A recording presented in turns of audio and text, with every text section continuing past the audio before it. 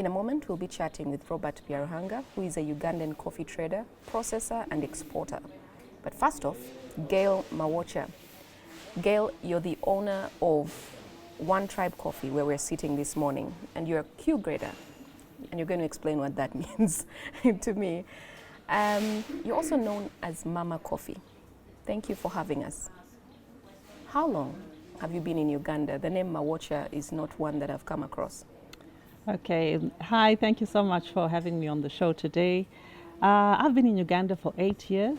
I came through, my husband had a contract here, and I must say when I first came to the country I was clueless about coffee, and not even where Uganda's placed as a coffee giant, but I didn't even drink coffee myself, and I was wanting to start up a coffee shop in Zimbabwe because we were here on a 3-year contract.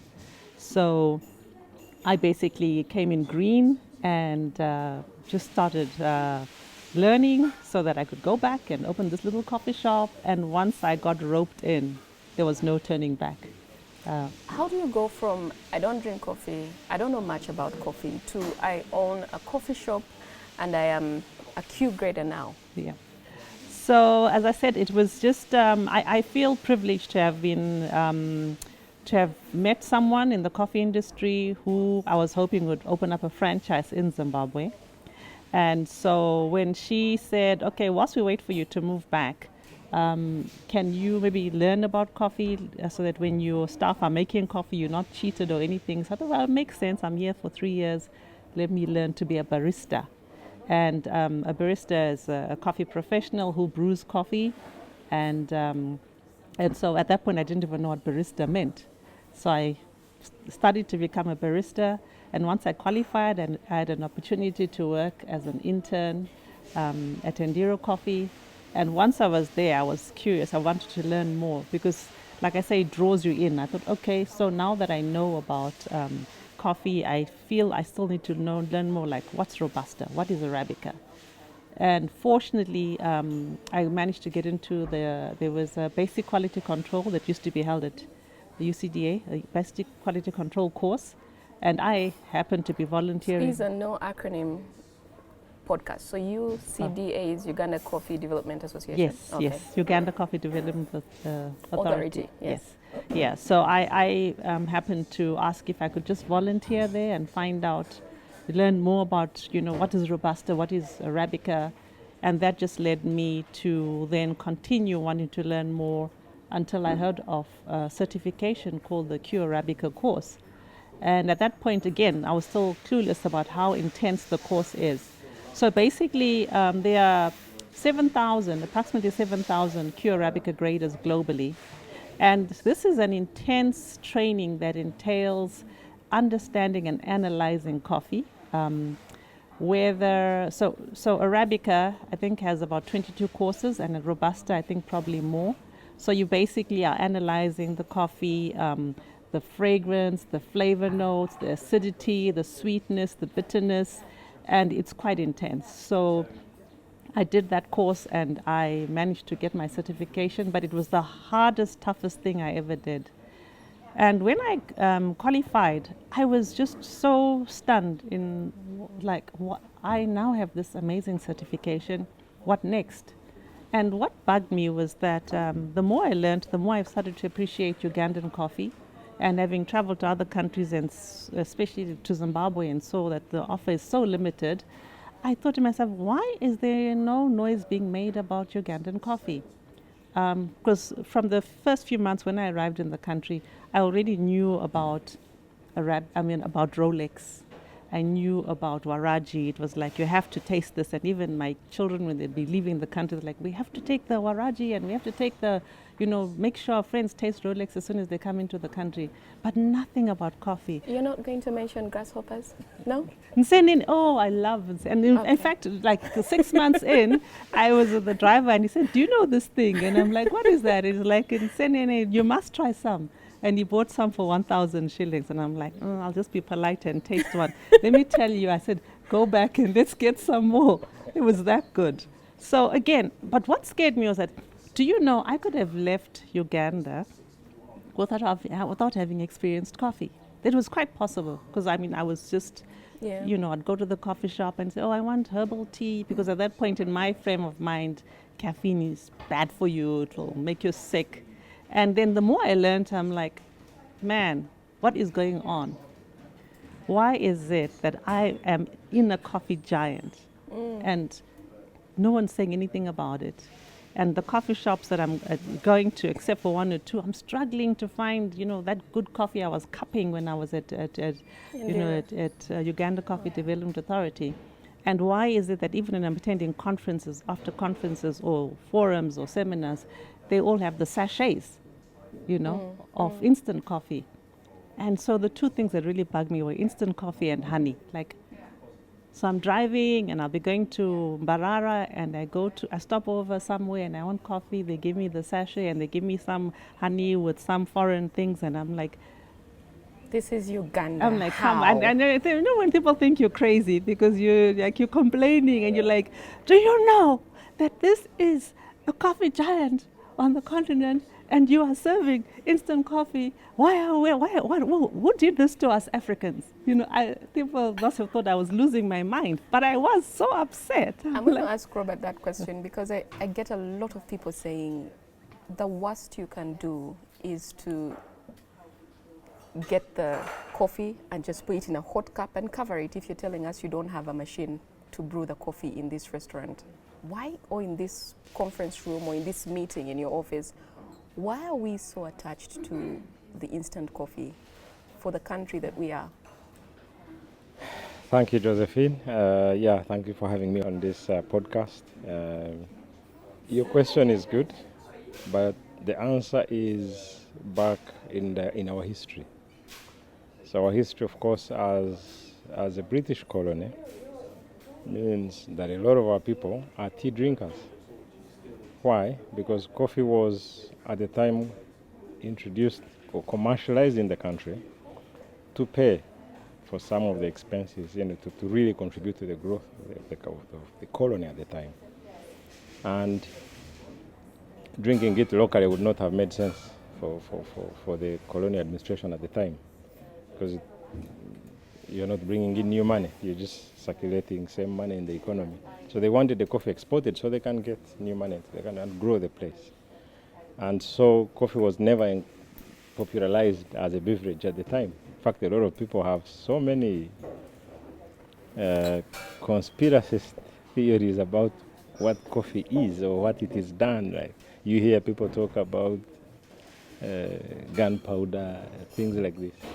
But it's just a beverage which gets drunk. And now we are here, we are an independent country, so we know the benefits of drinking coffee. And it's so good that we should be, you know, having restaurants like this and encouraging people, showing them, educating them that coffee is good for you. Please drink as much of it as you can. I take like 8 cups of coffee a day. No, Robert. How do you then sleep? I'm going to come to you, Robert. And I sleep very well. I'm going to come to you. I haven't properly introduced you, so I want to properly introduce you before we start talking a bit more. Gail, so what did you study? I'm really going back and forth with this because I'm curious as to how you go from somebody that has absolutely no idea about coffee to now the person that you are. What did you study and what's the drive for coffee? Okay, so I understand your question to be what did I study prior to coffee? Okay, so I studied marketing management in South Africa and and also international development. So prior to coffee, I was, and I still am, very, I also consider myself an ambassador of African craft, because after agriculture, handcraft is the second biggest income earner for women at the grassroots level. And so I had the opportunity to work in the handcraft industry in what was then Swaziland, Eswatini, and I saw the effect that having an income did on communities in the rural areas. So also my main focus was marketing, so bridging the gap between what women in the village make and what consumers overseas would be interested in, because women have no access to what's trending. So they'll make a basket that may not be appealing in terms of color or style or technique. So my job still is to bring people together, designers, whether they're on the continent or abroad, and say, what is trending? What are the colors? And so we would then create those products and then find a market, explore markets, so that women are not just price takers, but their workmanship is valued.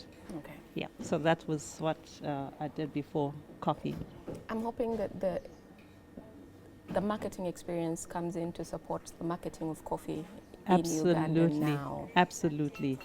So you've been in Uganda 8 years. When did you start this? As soon as I arrived, I was like, okay, I'm here, so what to do? As a trailing spouse, you have to reinvent yourself whenever you go somewhere. So my husband is here 3 years. I thought, okay, let me learn coffee because back in Zimbabwe, I have a little setup, it's a craft shop. And we have about 2,000 women artisans who sell their product there. We represent them there. And so we would have coffee mornings and invite embassies and different entities to come through and enjoy coffee and tea. Let me tell you, our coffee sucked. It was terrible coffee. And even some of our customers would tell us, actually, your coffee is terrible. We love everything, but do something about your coffee. So it was that feedback that motivated me to say, well, you know what, something I need to improve on is coffee. So, and not because I knew that Uganda had a place in the, in the coffee world. I just thought, well, I'll kill time whilst I'm in the country and see who's doing good coffee. At that, for me, it was like, okay, it's a no-brainer. I'm going to go to Indiro and say to them, do you want to come and open up a coffee shop in Zimbabwe? I thought I'm not going to reinvent the wheel. Plus, I don't drink that stuff anyway. So it was with that in mind that when I finally got roped in, and you can't be a barista and not drink coffee, and that I started and even the effects it had on my body. I know we talked about the health aspect. One of the things I do is I teach a coffee experience class, maybe once or twice a week, and we normally have people who are so keen to learn about Ugandan coffee, to learn about coffee, and we have a topic called coffee and health, and how coffee has been the poster child of caffeine, that the caffeine is bad for you. Because if you think about it, green tea also has caffeine, chocolate also has caffeine, black tea also has caffeine, and if you boil it long enough, you can get the same amount of caffeine that you have in coffee, plus tannins, which stop your body from absorbing nutrients, whereas coffee doesn't. And there's so much information out there. I just have one question there. Yeah. Is 8 cups of coffee a day healthy? Well, everybody's different. So some people can manage 5 cups, some people can manage only 1 cup, some people cut off at midday because coffee takes about 6 hours to come out of your system, right? So I shouldn't judge Robert. No, you shouldn't. If he's 8 cups. It's good if he's not feeling any ill effects, then he's fine. Because 5 to 8 cups of coffee, that's the average for an adult person. And so the health benefits are immense, and the research is out there. I'm always saying, do your research. They do. Coffee now is being done. The biggest study to date was the European Journal of Neurology, where they studied the effects of coffee on the brain.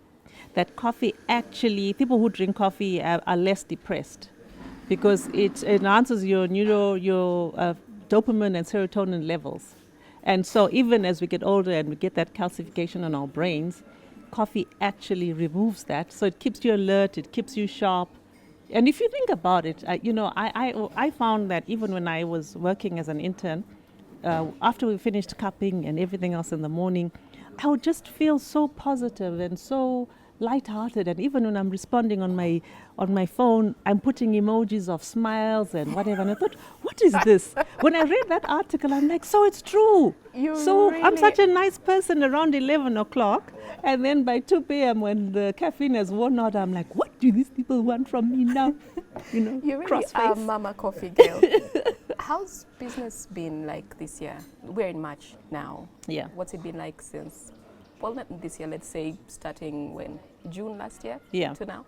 So let me tell you, when we started coffee, we had the opportunity to open up in a coffee hub, in a hub called, with startups. So a lot of young people there, and for me, I was motivated to open up a coffee shop there, not because I was going to make huge amounts of profits, but my strategy was, I want to be in a space where young people are, where we can start changing the, the perception, where we can start, influencing increased coffee consumption. And it paid off because we started off there, and people who didn't drink coffee, we saw them transition from, and that's an interesting transition. You find people are drinking hot chocolate, mocha, cappuccino, lattes. Then suddenly we started having these young people wanting to drink espresso and Americano, and we thought, whoa, we better be very, very serious about our coffee offering. At that point, we bought coffee, let's say Robusta was about 13,000 shillings per kg. And then we'd create a blend.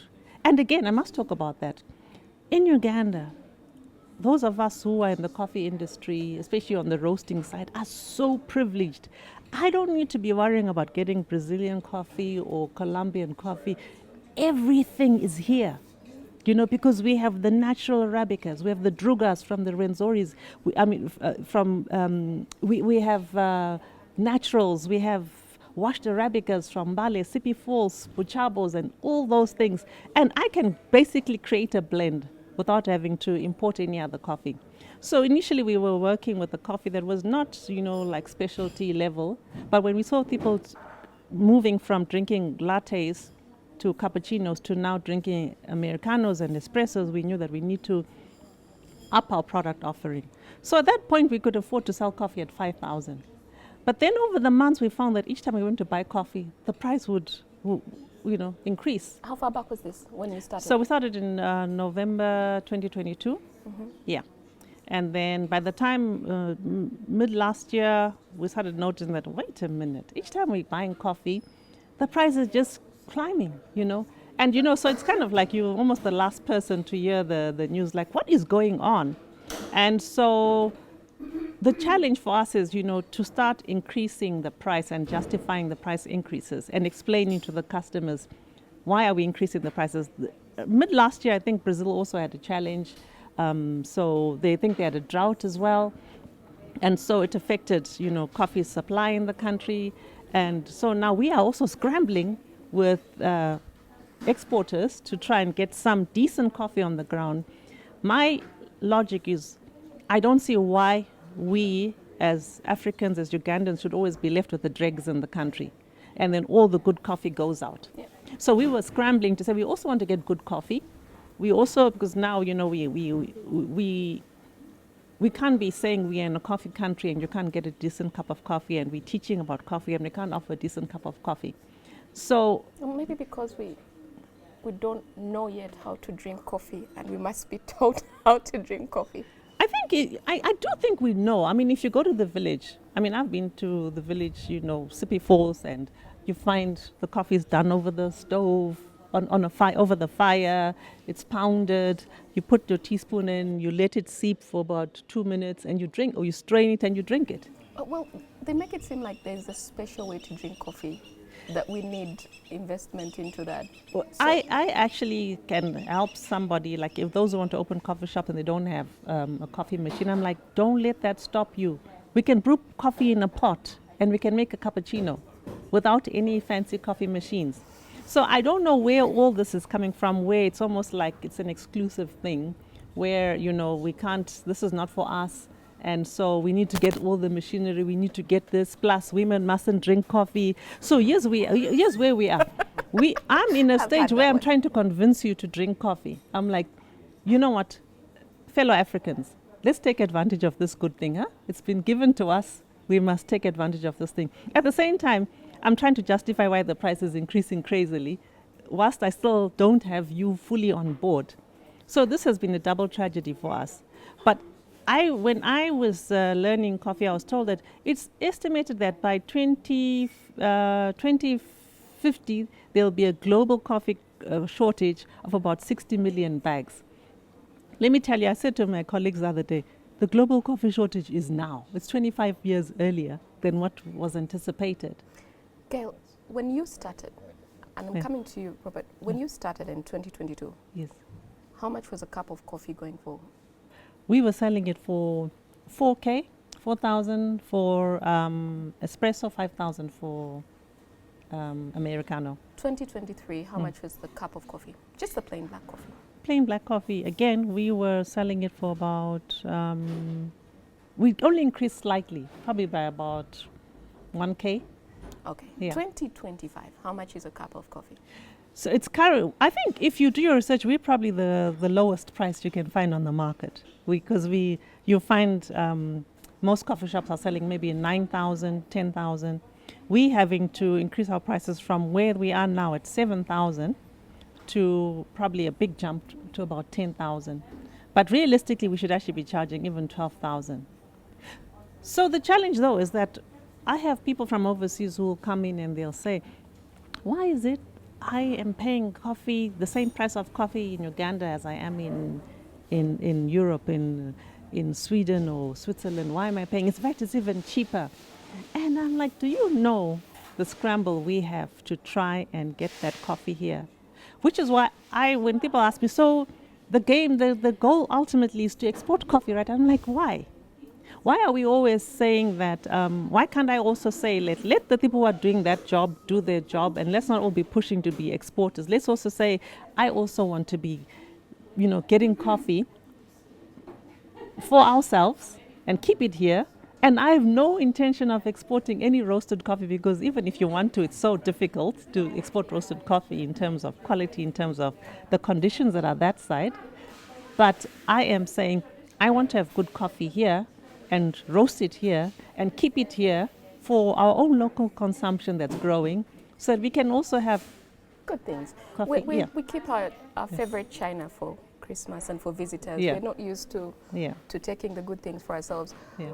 Robert, I am coming to you now, so let me give you a proper introduction. Robert Byaruhanga is a coffee industry leader, and he runs Funzo Coffee. He's also the head of the Uganda Coffee Federation. Yeah. Robert, you're a trader, processor, and exporter, and these are three very distinct parts of the coffee producing process. For somebody like me, I just know the person who is giving me my cup of coffee in the coffee shop, and I might have heard of the smallholder farmer that's planting the coffee and so on. Can you break down for me, in a nutshell, what this role is, this three-part role? Thank you, Josephine, and thank you for having me on this podcast. Yeah, so when we say, so we have different levels of the value chain. In fact, I start from farming. Mm-hmm. Yes, so I'm currently opening up 30 acres of land for coffee. So you're also a farmer? Yes. Okay. Yes, 30 acres of land for, who doesn't want to farm this lucrative They might steal the commodity? coffee on the way. Yes, so from farming to primary processing. So I have a factory near where I'm farming, which handles coffee that is coming from farmers. Okay. And basically removes the skin of the coffee, the dry skin, and makes what we call FAQ, or kase in Uganda. So after that, you bring the coffee to another machine, which now cleans it up a little bit, cleans it up better, removes stones or sticks or husks or anything that is left there, grades it according to size. So at this point, you're a processor? Yeah. Okay. Grades it according to size, according to the weight of the bean and the color. And after that, the beans are ready for export because you have graded them. And that's the level at which you would like to have the coffee. Yeah, so that's farmer, processor, and exporter. I wanted to link into the discussion she was having with you on the deficit in supply and demand. She spoke about, because she's speaking from her own experiences, and she's saying, somebody said, we'll have a coffee deficit in 2050. Mm-hmm. She's seeing a deficit now, today. And I can relate with what she's saying. Why? Because personally, I have seen this happen in 2022. So Uganda had the highest exports in the season of 2021 and 2022, right? As compared to who? Before. Okay. At that point, we exported about 6.49 million bags, and we had never done this before. And locally, that was massive, because it was coming on the back of COVID, right? But globally, and this is very important for us to always remember, that when we are talking coffee, we are talking about a global commodity. So things that happen outside of Uganda have an impact, very direct impact, about how we do it here. So what's happening in Brazil comes back directly to us. comes to us. So Okay. globally, in Brazil, there was a frost in that year, 2022. That frost disappeared about 12 million bags in Brazil, which was so badly needed by the industry and which we couldn't cover as other origin countries. So you started having a deficit in 2022. Supply and demand, you had more demand, less coffee, right? So we go into 2023 with that deficit, right?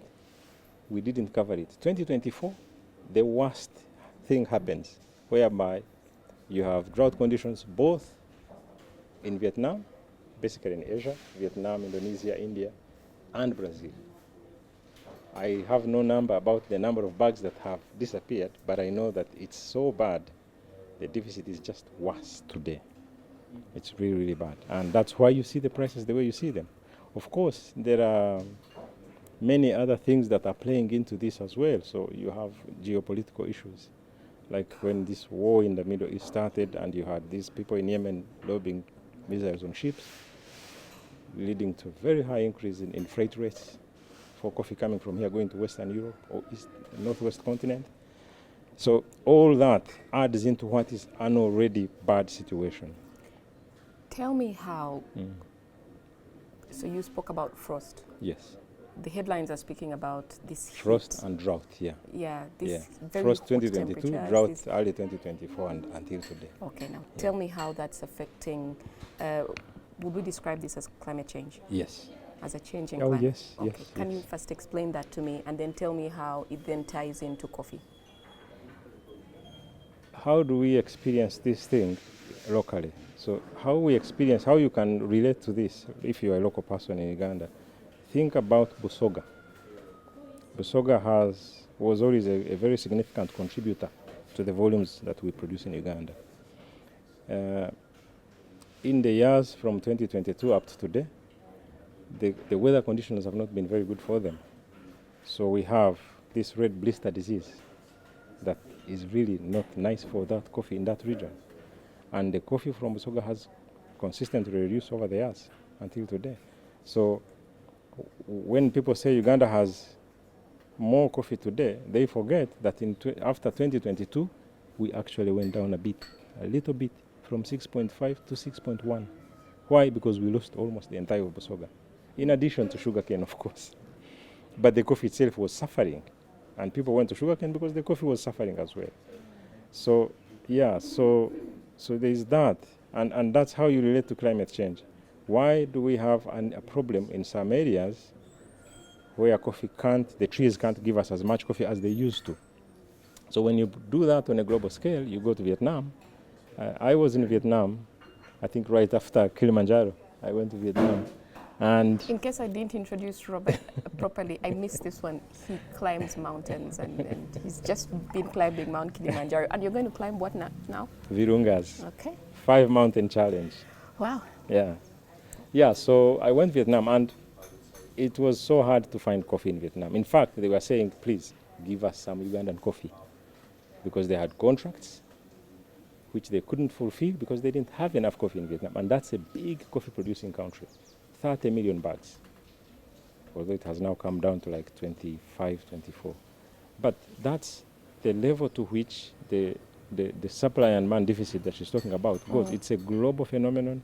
It's very, very serious, and it's not something that you can correct quickly, because coffee growing takes time. So it's as serious as for somebody like me who might not fully ever get involved in the entire chain. Yes. It's as serious as at 2022 the price of coffee is 4,000 shillings a cup, and 2025 it is 8,000, 10,000 in some places, 12,000 shillings in some places. Yes. Farmers are happy, very, very happy, but very few other people are happy. How, someone said in an article I was reading, the CEO of Mzuzu Coffee Cooperative in Malawi says the price of coffee, this changing price should be passed on to the consumers. And they said that global coffee pricing should take into consideration that farmers are making more effort to maintain a field of coffee and hence experiencing an increased cost of production. If the cost is placed on growers, he warned, most growers will abandon the crop, driving prices up even further. That is true. It is true. What is true for sure is that historically farmers have suffered. Farmers have really paid a big price for the privilege that we have to enjoy coffee. And what we see today, it's very possible for us, if you remove your hat as a trader and you put on as an economist, you can see the farmers are now getting, it's payback time for us. Yeah, it's payback time. And the fields have to be maintained if we want the future supply to be guaranteed. But there's a level where you reach, and when you see companies starting to go bust, I think in Uganda we don't see it very much because our companies are always very small. They just disappear. But in places like Brazil, where you have serious companies, I think we've lost about 12 companies now. Wow. Yeah, because of the difficulties dealing with such a high price. With the prices that we're seeing now, some people are saying, okay, climate change is making it harder to grow the coffee. Yeah.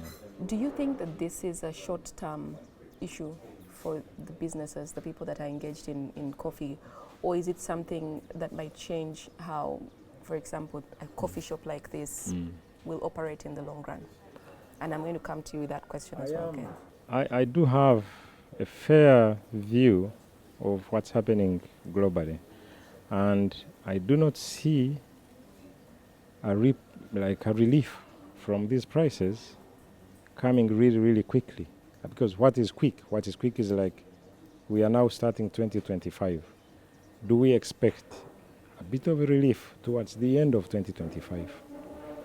No, because climate change is I don't know, I think many people underestimate this thing.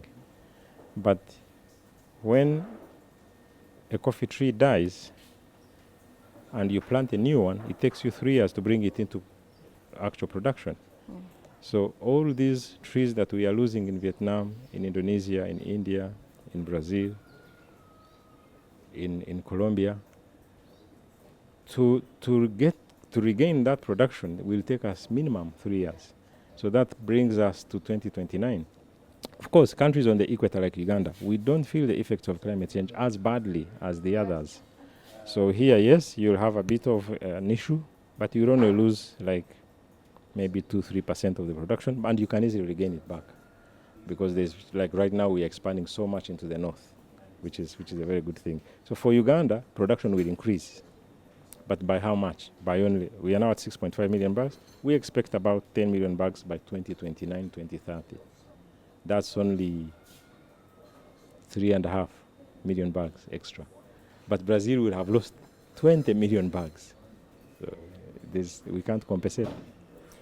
You're a farmer. Yeah. So help me understand, in the simplest way that you can, a coffee tree. Yeah. Yeah, a coffee seedling, right from seedling stage to when I have my cup here. Yeah. What does that impact of climate change look like for that tree? Yeah, so we have two types of coffees, commercially successful breeds. So we have the Robusta coffee, which is dominant in Uganda, and the Arabica coffee. So the Arabica tree thrives best at higher altitude. And so as average temperatures increase, you're going to have to move slightly higher up. So the amount of land available for that tree to thrive keeps on reducing as average temperatures increase. The Robusta tree is more robust, it's stronger, but it's you have these diseases that we have in Uganda, the coffee wilt, the CWD, the tree borer, which is really very bad for us right now. So while it deals better with temperatures, high rising temperatures, it's still susceptible to those diseases. So these trees are sensitive to changes in climate, and we have to really use very serious climate adaptation measures or mitigation measures, things like mulching, shade trees, irrigation. We really have to do this in order to for the industry to survive. So while you're a farmer, you also buy from other farmers, so growers. You Yes. buy from agents or cooperatives? Yes. Okay. Everybody. What are they telling you? At the moment, everybody is happy. The moment prices are so high that very few have anything to complain about. But what we feel is that there is always less and less coffee available for everybody. Okay. Less and less, because as she said earlier, it's a scramble to get good coffees from anywhere. Yeah, because it's so much in demand. Okay. Gail, what is going through your mind hearing from a farmer and somebody who is also going through that value chain until all of this coffee comes to you? I think we are basically in survival mode, because whilst it's good times for the farmers, and I think it's fantastic because I think since the 70s the price has always been suppressed. And so now I keep on saying when I ask for how much is a bag of, I need to get 60 kgs of Arabica or something, and they tell me the price, I'm always like, I'm so happy for you. But I am crying. I'm fighting for my life. Because for us to buy that and be able to survive and be able to communicate that to the customer that once again, we have to increase the price is very difficult, it's very challenging. Then on the other hand, it's like, well, maybe we should stockpile. We should buy coffee, in bulk. As a small operator, already you're thinking of 3 by 60 kgs. Last we bought, we paid about 4.6 million. And I'm doing the math. By the time I recover this, and where do I store it, and so on and so forth, it's like, it's now at a point where it's no longer, I'm doing this for passion, I'm doing this for sustaining ourselves and the livelihoods of maybe 4 or 5 other people, to like, are we crazy? I was speaking to the team, I'm like, at this point with our prices, are we running a charity, or are we being sensible in terms of running a sustainable business? So all these things that he's saying just are confirming the thoughts, that the fears and the realities that we are faced with. Like, what do you do? We celebrate, we're happy for the farmers, but at the same time, we are fighting to survive. How do you decide how much of this cost to pass on to me, the consumer of your coffee at your cafe? We keep thinking of, even though I'm a coffee shop, I'm actually now focusing on other beverages as well. We have kombuchas. I now will be launching a herbal teas of Africa collection, to keep people coming in, so that at least, we're still making sales in another area and still have the good coffee available. But it's not like, even though we are a coffee shop and, everything about us is coffee, we're now having to think of other creative products to bring on the menu that will still keep you coming and still enable us to do what we love, which is serve good quality Ugandan coffee to our own people. Are people noticing that the price of a cup of coffee has gone up? Are they? Does anyone ever ask and say, no, this used to be this much, or are they just drinking the coffee? I think people are just drinking the coffee, and I think also local roasteries and people like myself, that there's that analogy of the frog in the warm water, in the water, that the water is cold and you're still there, and we're seeing this water and we're feeling, hey, but it's getting warm. It's getting warm. And I think if some of us don't jump quickly, we're going to have to shut shop. Because again, it's kind of like, it will pass. And so hearing what I've been hearing in this conversation, that actually maybe the next 3 years are going to be like tighten your seatbelts and like really be thinking ahead. These are things that I was also listening to a podcast recently where they spoke about coffee roasters, coffee shops. You need to be educating your customers about the reality on the ground. And unless you are proactive and forward thinking in, forming partnerships and saying, dear customer, we love that you love our coffee, but this is the thing we need to now, this is where the marketing comes in, where I need to be doing some serious PR and explaining what's going on and saying, partner with us. We are going through some slippery times, very challenging, choppy waters, but this will pass, and hopefully we can still continue, enjoying the legacy that we have in being Africa's biggest coffee producer. Well, after Ethiopia, but they're drinking 50% of it. And, for us, we're seeing an increased number of uptakers, and I think we need to just continue with that. Yeah.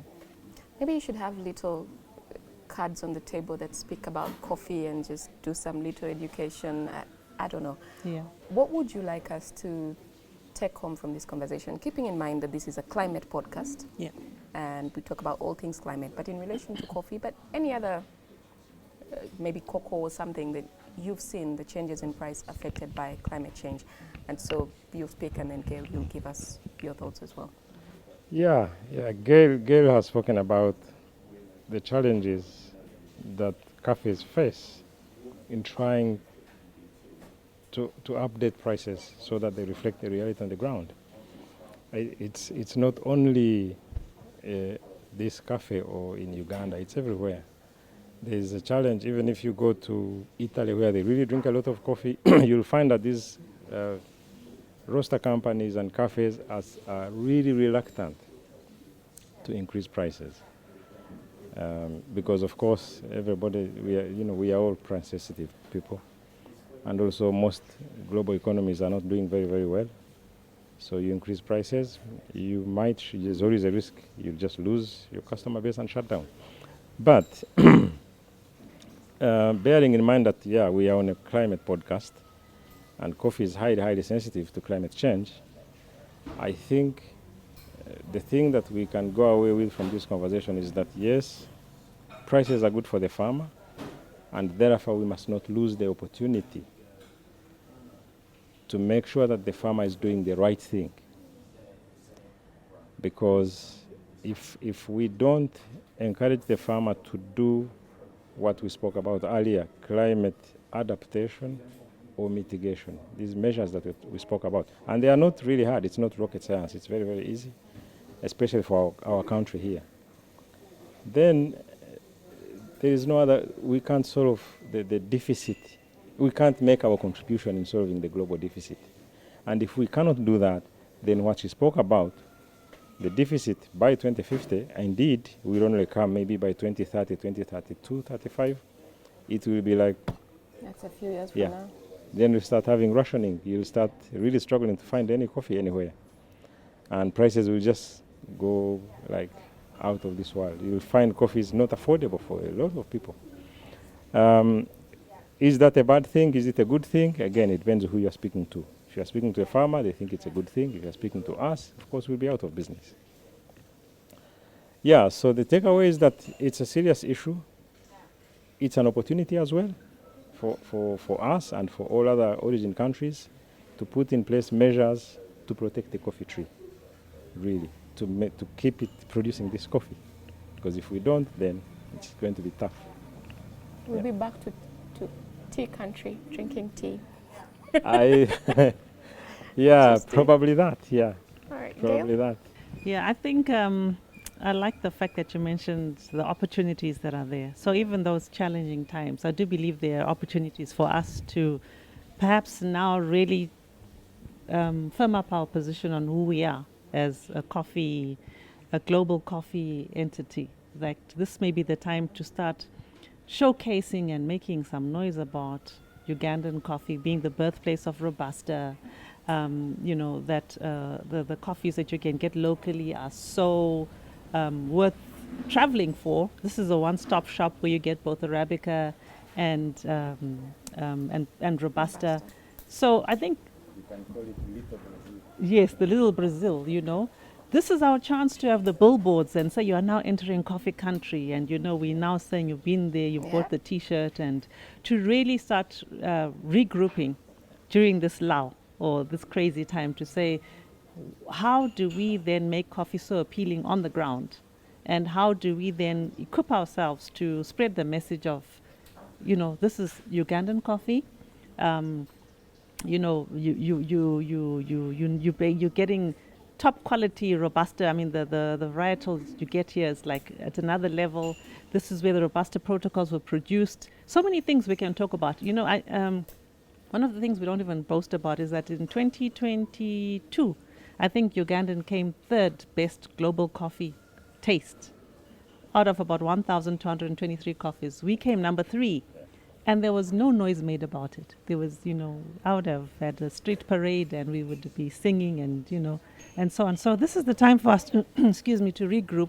And I think for us who are roasting the coffee and selling it, this is the time to really get that loyalty from our customers, so that when we say the price has gone up, they understand where we're coming from.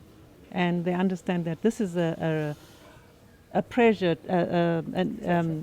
that we've been bestowed upon, and we need to really tap into it and to make the most of it and to celebrate it and to share that we onto something very, very good. Yeah.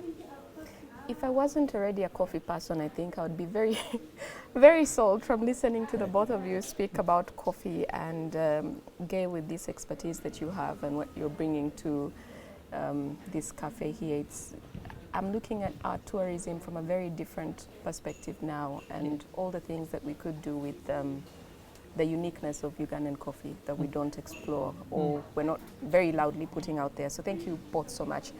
Gail and Robert, all of this is starting to make sense to me. Thank you for explaining all of these things from your perspective. There are huge currents affecting these price changes that we've been speaking about, and climate change is one of them. But we'll get a better understanding of how food prices can shift over time from somebody else as well, to just add to this already enriching conversation. Thank you both so much.